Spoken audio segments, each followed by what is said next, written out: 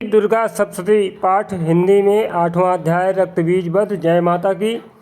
मैं अणिमा आदि सिद्धमयी किरणों से आवृत भवानी का ध्यान करता हूँ। उनके शरीर का रंग लाल है, नेत्रों में करुणा लहरा रही है तथा हाथों में पास, अंकुश, बाण और धनुष शोभा पाते हैं। ऋषि कहते हैं, चंड और मुंड नामक दैत्यों के मारे जाने पर, बहुत सी सेना का संहार हो जाने पर दैत्यों के राजा प्रतापी शुंभ के मन में बड़ा क्रोध आया और उसने दैत्यों की संपूर्ण सेना को युद्ध के लिए कूच करने की आज्ञा दी। वह बोला, आज उदायुध नाम के 86 दैत्य सेनापति अपनी सेनाओं के साथ युद्ध के लिए प्रस्थान करें। कम्ब नाम वाले दैत्यों के 84 सेना नायक अपनी बाहिनी से घिरे हुए यात्रा कर रहे थे। 50 कोट वीर कुल के और 100 धौम्र कुल के असुर सेनापति मेरी आज्ञा से सेना सहित कूच करें। कालक, दौहार्द, मौर्य और कालकेय असुर भी युद्ध के लिए तैयार हो मेरी आज्ञा से तुरंत प्रस्थान करें। भयानक शासन करने वाले असुरराज शुंभ इस प्रकार से आज्ञा दी और सहस्त्रों बड़ी बड़ी सेनाओं के साथ युद्ध के लिए प्रस्तुत हुआ। इस प्रकार से उसकी अत्यंत भयंकर सेना आती देख करके चंडिका ने अपने धनुष की टंकार से पृथ्वी और आकाश के बीच में का भाग गूंज गया। इस प्रकार से राजन तदंतर देवी के सिंह ने बड़े जोर जोर से दहाड़ना प्रारंभ किया और शेर की दहाड़ से दैत्य कांपने लगे।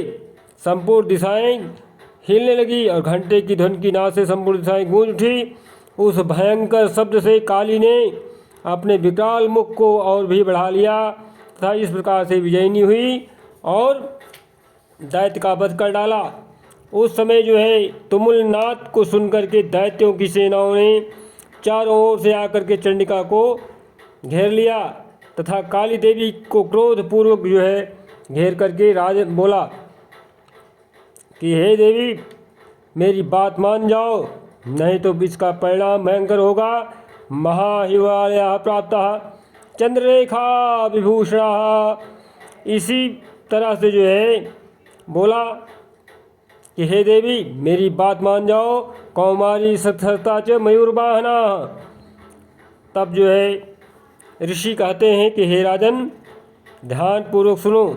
इसी बीच में असुरों के विनाश तथा देवताओं के अभ्युदय के लिए ब्रह्मा, शिव, कार्तिकेय, विष्णु तथा इंद्र आदि देवियों की शक्ति के साथ जो अत्यंत पराक्रम और बल से संपन्न थी, उनके शरीरों से निकल करके उन्हीं की रूप में चंडिका देवी के पास गई।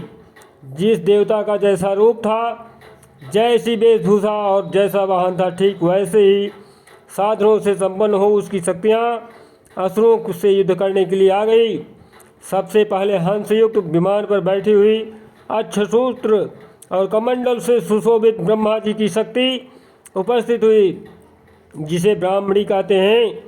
महादेवी जी की शक्ति वृषभ पर आरूढ़ हो दैत्यों की सेनाओं पर माता हाथों में श्रेष्ठ त्रिशूल धारण किए, महानाग का कंगन पहने, मस्तक में चंद्र रेखा से विभूषित हो वहाँ पहुँची। कार्तिकेय जी की शक्ति रूपा जगदम्बिका का उन्हीं का रूप धारण किए श्रेष्ठ मयूर पर आरूढ़ हो गई और हाथ में शक्ति लिए दैत्यों से युद्ध करने के लिए आई। इसी प्रकार से भगवान विष्णु की शक्ति गरुड़ पर विराजमान हो शंख, चक्र, गदा, सारंग, धनुष तथा खड्ग हाथ में लिए वहाँ आई। अनुपम यज्ञ बाराह का स्वरूप धारण करने वाली श्री हरि की जो शक्ति हैं, वह भी 12 शरीर धारण करके वहाँ उपस्थित हुई। नारसिंही शक्ति भी नृसिंह के समान शरीर धारण करके वहाँ आई। उसकी गर्दन के बालों के झटकने से आकाश के तारे बिखर पड़े। इसी प्रकार से इंद्र की शक्ति वज्र हाथ में लिए गजराज ऐरावत पर बैठ करके आई। उसके भी सहस्त्र नेत्र थे। इंद्र का जैसा रूप है वैसा ही उसका भी था। तदुपरांत उन देव शक्तियों से घिरे हुए महादेव जी ने चंडिका से कहा, मेरी ओर प्रसन्नता के लिए तुम शीघ्र ही इन असुरों का संहार करो। ओम वज्रहस्ताथाय महेंद्रीगिरिराजोपरि स्थिता। तब जा करके देवी के शरीर से अत्यंत भयानक और परम मुग्ध चंडिका शक्ति प्रकट हुई, जो सैकड़ों गिरधड़ियों की भांति आवाज़ करने वाली थी। उस अपराजिता देवी ने धूमिल जटा वाले महादेव जी से कहा, भगवान आप शुंभ निशुंभ के पास दूत बनकर जाइए और उन अत्यंत गर्वीले दानव शुंभ और निशुंभ दोनों से कहिए कि साथ ही उनके अतिरिक्त जो भी दानव युद्ध के लिए वहाँ उपस्थित हुए हैं उनको भी वह संदेश दीजिए, दैत्यों यदि तुम जीवित रहना चाहते हो तो पाताल को लौट जाओ, इंद्र को त्रिलोकी का राज्य मिल जाए और देवता यज्ञ भाग का उपभोग करेंगे। यदि बल के घमंड में अहंकार में आकर के तुम युद्ध की अभिलाषा रखते हो तो आओ, मेरी शिवाएं योगिनियाँ तुम्हारे कच्चे मांस से तृप्त हो जाएंगी, तुम्हें चबाकर खा डालेंगी।